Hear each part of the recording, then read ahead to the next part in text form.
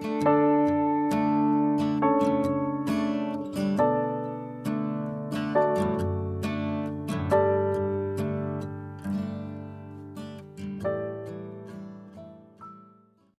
시간 주님께 안녕하세요. 대강교회 오훈 목사입니다. 3월 16일 토요일입니다. 하나님 우리에게 주신 말씀은 마가복음 13장 1절에서 13절 말씀입니다. 예수께서 성전에서 나가실 때에 제자 중 하나가 이르되 선생님이여 보소서, 이 돌들이 어떠하며 이 건물들이 어떠하니이까? 예수께서 이르시되 내가 이 큰 건물들을 보느냐? 돌 하나도 돌 위에 남지 않고 다 무너뜨려지리라 하시니라.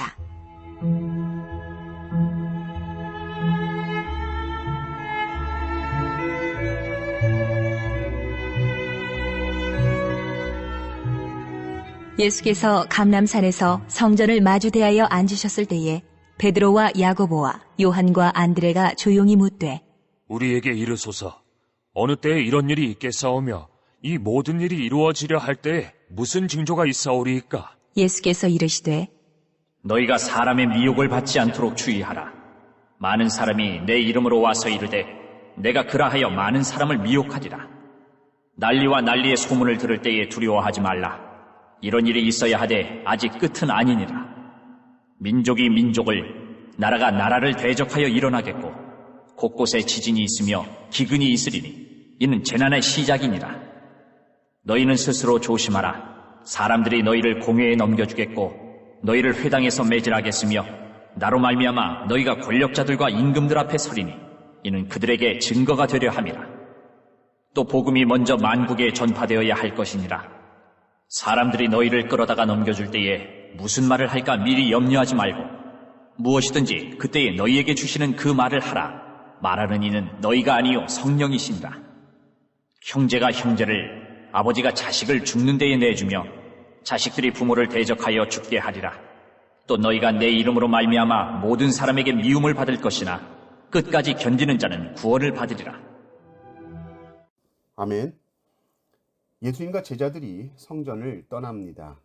그때 제자 중 하나가 성전을 보면서 이렇게 말합니다. 선생님, 이 돌들 어떻습니까? 이 성전 어떻습니까? 너무 아름답지 않습니까?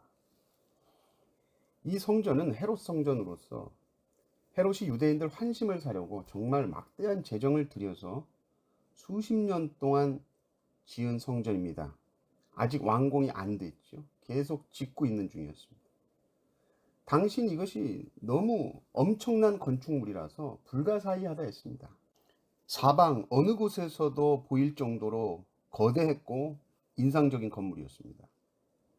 근데 주님은 그 제자들의 말에 대번에 뭐라고 하십니까? 2절을 보면 예수께서 이르시되 네가 이 큰 건물들을 보느냐?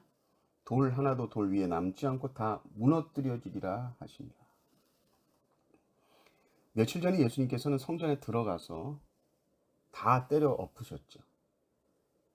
행동으로 그렇게 하셨고 지금은 그것을 이제는 분명한 말로 표현하십니다. 다 무너진다. 다 파괴된다.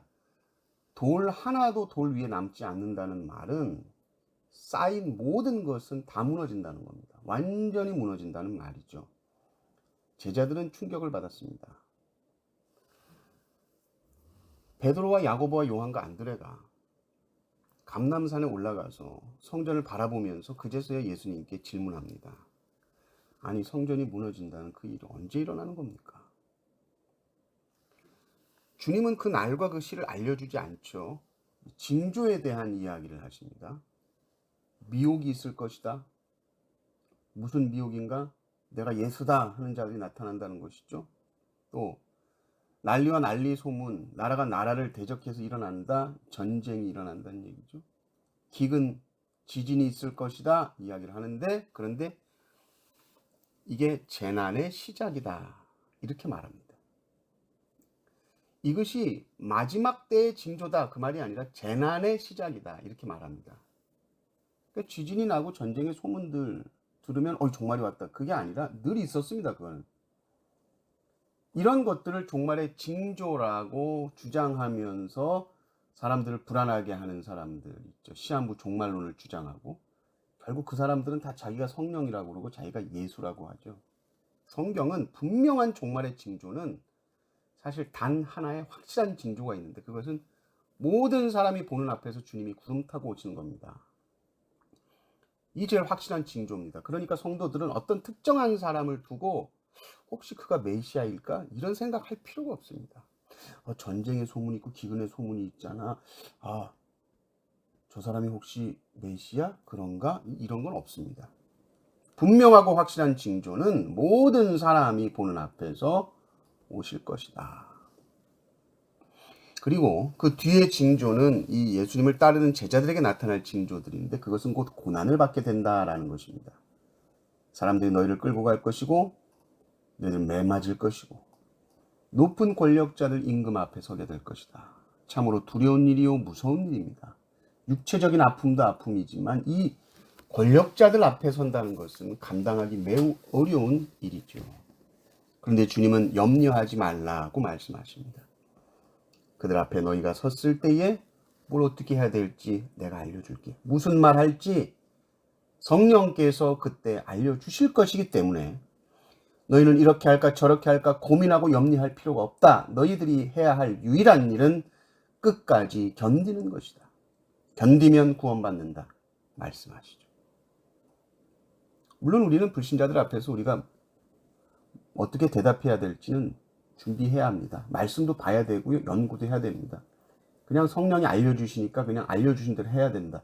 하면 된다. 그런 건 아니죠. 하지만 예기치 못한 상황 속에서 홀로 감당할 수 없는 어떤 큰 일 앞에 섰을 때에 하나님께서 반드시 너를 지혜롭게 하시고 너로 이기게 하신다를 말씀하신 겁니다.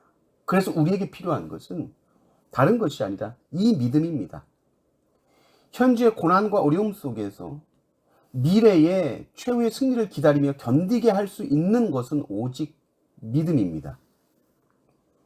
어떤 시련과 고통이 오더라도 참 성도는 그 고난의 시간 속에서 더욱 빛이 나고 더욱 빚어집니다. 심판 앞에 고난이 있다는 것은 아주 의미가 있습니다.